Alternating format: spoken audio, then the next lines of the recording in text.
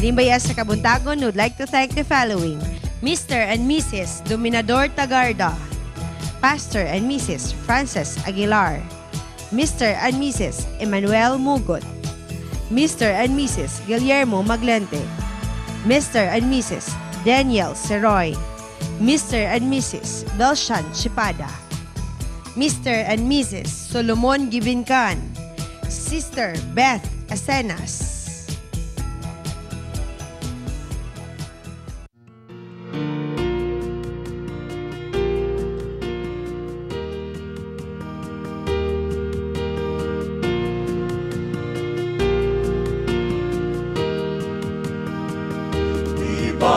Banag na usabang laing adlaw sa silangan bahini kalibutan mao kini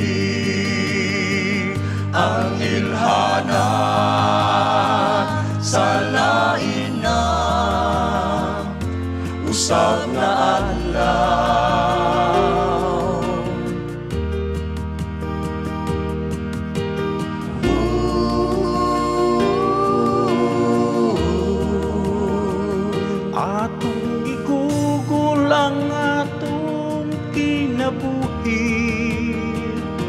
Dili lamang sa atong kaugalingon,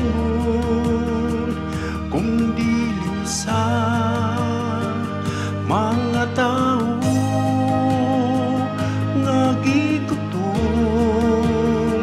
sa mga pulong.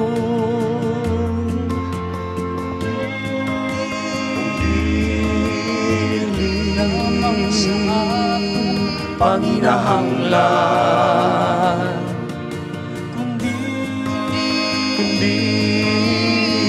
sa espirituhanong pagkaon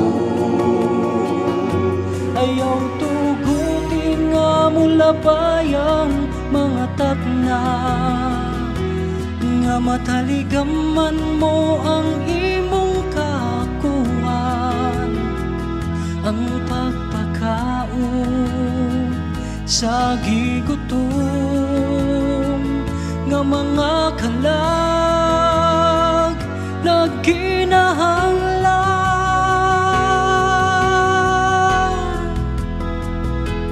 Magmakugihon kagayud sa kanunay sa pagtuso sa sagradong buluhaton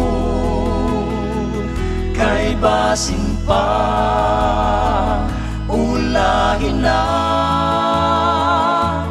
ang tanan mo pagpaninguha. Dili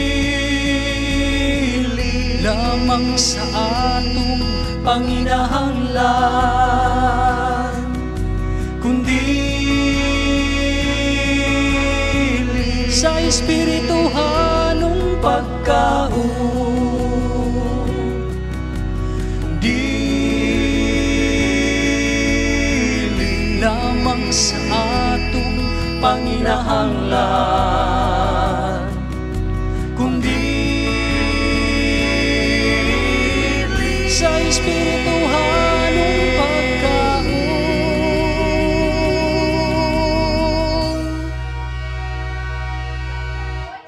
Mga kapaglaom, ato na nato ni silang nakauban last year. So karon nalipay mi nga mibalik na pod sila. Nasayod ko nga aduna sila'y lain nga tumong panganong ania sila diri. Now atong kaubanan si Elder Edwin Banisan.